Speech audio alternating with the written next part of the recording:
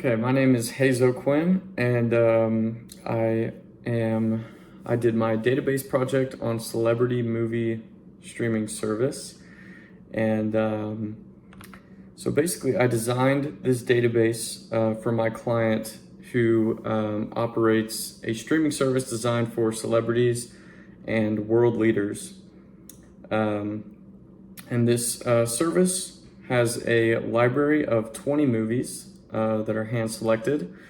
And the client has commissioned me to create this database to keep track of its movies, its users, the user subscriptions, and user watch history in order to ensure a seamless management of their operations and provide personalized experiences for their exclusive clientele. So we have a few business rules here for my client, just to make sure that they will supply the correct data that'll work in my database and ensure that it's working properly. So the users must sign up with an email account. They will create a password upon the account creation. The first and last names of users are stored separately, of course. And users' watch history will also be kept track of. Movies have a title, duration, and year of release, and every movie's duration will be recorded in seconds. Each movie has only one primary genre, and subscription plans are kept track of with a start date and an end date. So now this is the final ERD for my database, and it is in third normal form. Every table has a primary key, and there are no transitive dependencies. So that's the final ERD. This is some sample data, and I did want to talk about one of the biggest challenges of this project was since I'm using celebrities and I don't have their actual email addresses, and I don't know what kind of passwords they'd use. All of the data for this project was created by me. So I had a little bit of fun with it, creating their passwords and email addresses. But that's some of the sample data. I also looked up a bunch of movies on IMDb and wrote in that data. So I wouldn't say that's created, but it was definitely, I guess, formatted by me. And then the subscription dates, that's also something, I mean, this isn't a real service, so you have to kind of make that up as you go, and then make sure that all of the recorded watch times for watch history fit within the subscription dates, the active dates. So here's an example of how I handled repetition in the database. So if you recall from earlier in the rules, every movie has one and only one genre in the database.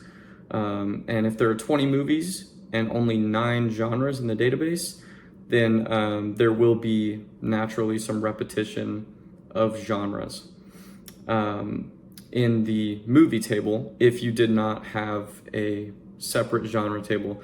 So what I did to eliminate the repetition in the movie table is create a separate genre table that has a primary key of genre ID, and then it has another column called genre name.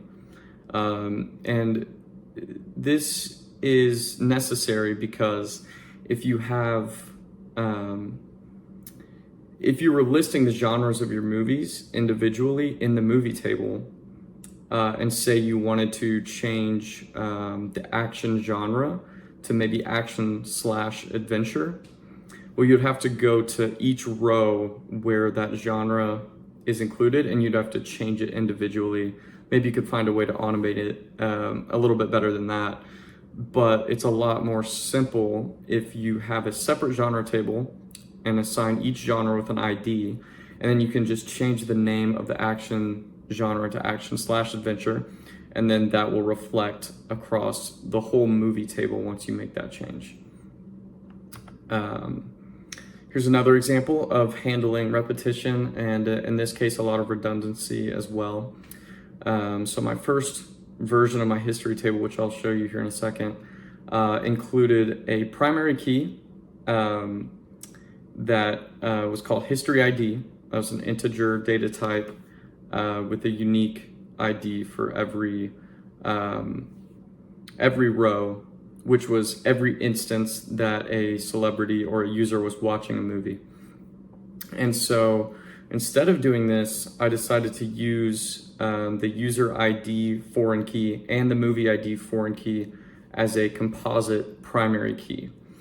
And this also works because I was already using the user ID and the movie ID foreign keys in the original table, but I made a composite primary key, which eliminates the need for the history ID column. This setup also allows my database to store only one row per user movie combination. So let's say LeBron James watched Gladiator 5 different times. In the original table, that would be 5 separate rows with a date for each instance that the movie was watched. But with this new version, all we have to do is keep track of LeBron James and Gladiator. That's the whole primary key. And then you have, you track the most recent time that he watched it. And then every time that he watches it again, you update that and you increment the watch count. So essentially you're getting the same data, but it's a little more simple, less redundant, and less repetitious. So now we'll move on to the queries here. Query 1, this query selects the genre name, how many movies are in that genre, and the average duration of the movies in that genre. And this will help my client to understand the composition of the library, allowing them to address the gaps in the genres, or maybe decide if they need to add longer or shorter movies. Query 2, this movie shows each user and every movie that they've watched. So queries like this will help to track viewing histories, recommend movies, and a query like this can also be used to show a recently watched or watch again list for each user. This query selects for the name of the celebrities that watched the longest movie in the database. So we can use this or query similar to this to track which users are watching lengthy movies and analyze viewing habits. This query selects for it just selects for movies in descending order of duration. So this could be maybe a search query by a user.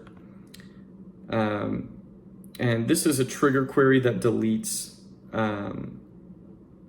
if you delete a movie from the database, it'll delete all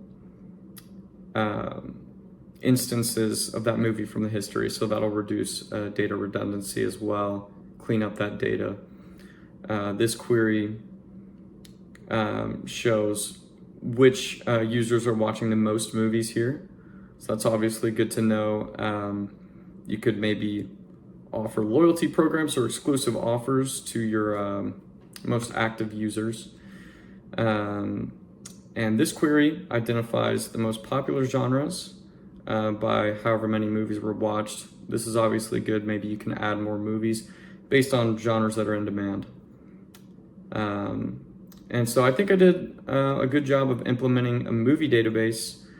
However, from the beginning, I was thinking maybe TV shows, TV series as well, but that just seemed to be a whole different beast in terms of complication to the project. So I didn't accomplish that.